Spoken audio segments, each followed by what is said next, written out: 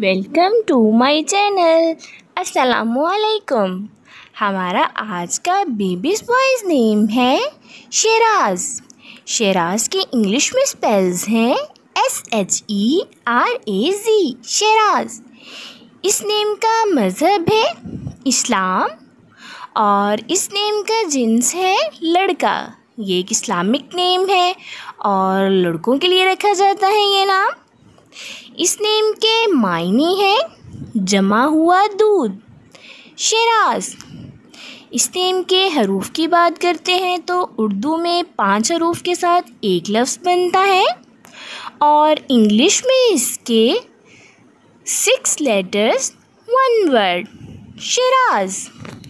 इस नेम की तफसील है मोहम्मद शेराज, शेराज अली।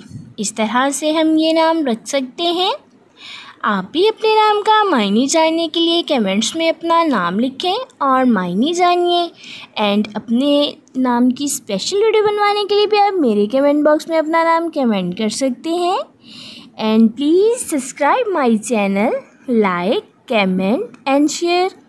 ओके डियर्स, फिर मिलेंगे न्यू नेम न्यू वीडियो के साथ। अपना ख्याल रखिएगा, दुआओं में याद रखिएगा।